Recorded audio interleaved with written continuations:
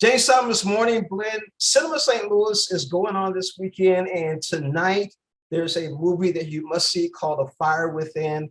And we are blessed today to have Christopher with us, who is the director of A Fire Within, right?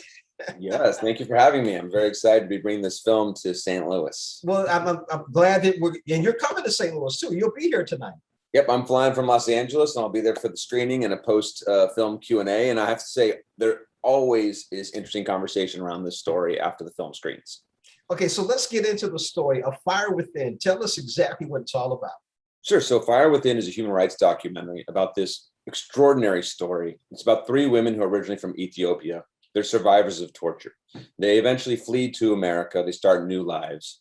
One of the women moves to Atlanta, Georgia. And when she starts a job as a waitress, like many refugees, like many immigrants, she had very high education, but when she came here, she found a waitress job. She started that new job, and when she met one of her coworkers, she realized he was the man who had been her interrogator and torturer a dozen years earlier back in Addis Ababa, Ethiopia. So this moment of like unbelievable true life, truth is stranger than fiction moment is actually the launching point for what the movie's really about. And it's about what this woman does next, which is instead of running away from this fact that she's crossed paths with her own torturer, she said, you know what, this is America. I believe there's a way, there must be some way to bring this man to justice, and I'm going to try to find it. And that's what A Fire Within is really about. So it's very interesting. She's a refugee from Ethiopia? Yes, exactly, from Addis Ababa. Okay. Are there other stories intertwined with this, or just strictly on her? So basically it becomes a story about three women. So there's two other women. So it's Ejigayo Taye, Elizabeth Demisi, and Hirut Abibajiri. And each of them have their own stories. But what unites them is that they were from the same area in Addis Ababa in the 1970s, when there was a great upheaval that saw the end of the reign of Haile Selassie, which a lot of people know from Rastafarianism, but he was an emperor for 50, 60 years, something like that. And there was a revolution. And we explain a little bit of this history, but what happened afterwards was a military dictatorship took over. And there's something that a lot of Americans don't know about called the Red Terror. And this was a very frightening and violent era where there was basically a purge. And we get into that and explain it. And it has resonance with other cultures and with our country as well. But essentially, as young teenagers, they were arrested and they were interrogated, and that regime, and they were tortured under suspicion of being against the government. Again, they were like 16 years old. And eventually they survived that. They're incredibly strong. They fled, each in their own way, and came and settled in Canada and then America. So one woman was in Canada, one woman was in Los Angeles, and they were united by the fact that they had all been interrogated by this same man. So when Ejigayo, who's really the main character of the story, is in that Atlanta hotel and she realizes that her coworker is her interrogator, eventually she starts talking to other members of the community who say, you know what, my friend's sister was actually interrogated by him too. And they came together to find out if it's really him. Because imagine if this happened to you, the first thing you might think, and this is what Edge thought, was, I'm losing my mind. This is impossible. This is impossible.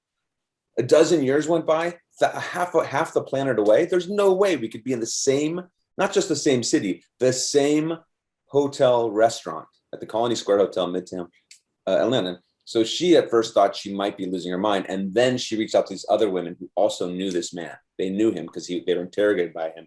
And they said, we're coming to Atlanta to find out if it's him. And if it is him, we have to do something. Christopher, how did you actually get involved in this film? Yeah, well, as you might notice, I'm not Ethiopian. It's a really, on the surface, it's a very strange project for someone that looks like me, and I'm not the women's generation, I'm not their culture, I'm not their gender. And what happened was, it's one of those stories of, you look at an article on the internet and your whole life changes. That's really what it was. And I read this article when I had just finished touring with my last film, which was a drama. I was flying back from Sydney, Australia, and I was going through all those articles you have saved on your desktop. I've got like 200 of them. And I don't even know when I saved it. And I was reading it and I thought, oh my goodness, this is the most incredible story. My jaw dropped. And I thought, there must be a movie about this. There must be a documentary about it. I looked for it and there was nothing on it. The only article, there were just a couple articles about it. And I thought, well, this is I'm not related to this subject in any way. I wish there was a film about it because I think it's a powerful American story about people fleeing adversity, fleeing some trauma, and then coming to America to fight for a better life. And that is the story of America from every generation and every culture. And finally, after about 6-7 months, I just couldn't stop thinking about it. So, would it not let go of me, or would I not let go of it? That's something to debate philosophically. And finally, in the middle of 2017, I said, well, what if I just try? What if I try to reach out to these women and say, are you interested in being a part of a documentary that would amplify your voice, that would perhaps help more people in the world be inspired and empowered by your heroism and by your journey? And that was the beginning of a 4.5-year journey that now is bringing us to the St. Louis International Film Festival.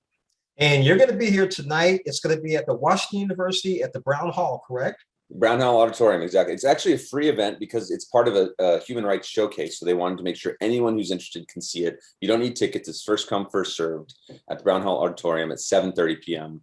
I'm very honored to be at the St. Louis Film Festival. I have unusually deep roots for a person from Los Angeles. I worked before I was a director. I was a cinematographer, and I shot a film for Joe Leonard, who's a son of St. Louis and a very talented filmmaker. It was called How I Got Lost. And then I returned with my last film where we won an award in 2015. So for me, it's really great to come back to St. Louis. And one of my producers, Roo Yawitz, is a proud son of St. Louis and St. Louis native. And this film would not have been possible without him. So I'm very grateful to be returning. Christopher Chambers, it's going to be great to see you tonight at 7:30? 7:30, but show up early. Find parking early. Okay, get there by at least 6:30 or 6, so we can make sure we get parking and get a seat. The Brown Auditorium on the Washington University campus tonight, Saturday at 7:30. You will definitely be there, not only to say hi to folks, but to do a Q&A after the film, correct? Yes, and I will answer any question, no matter how long it takes, because this, to me, whatever I can do to spread awareness of these women's stories, that's my mission. We appreciate it. Christopher Chambers, thank you so much for joining us on Morning Blend. We're looking forward to seeing you tonight at Washington University at the Brown Auditorium. Thank you so much. Thank you.